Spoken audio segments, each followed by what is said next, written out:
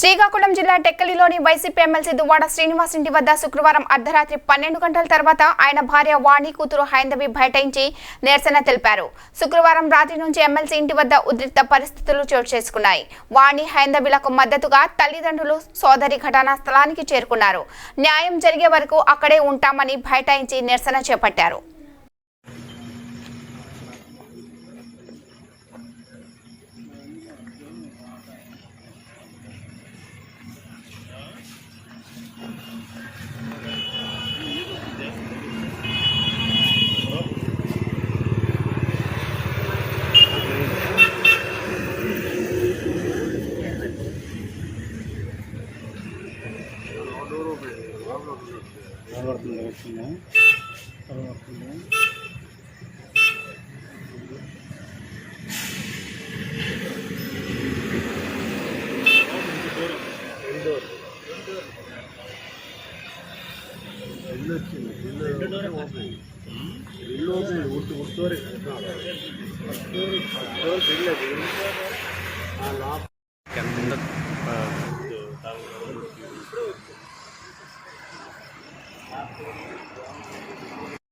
నీలాగే ఉంటుంది.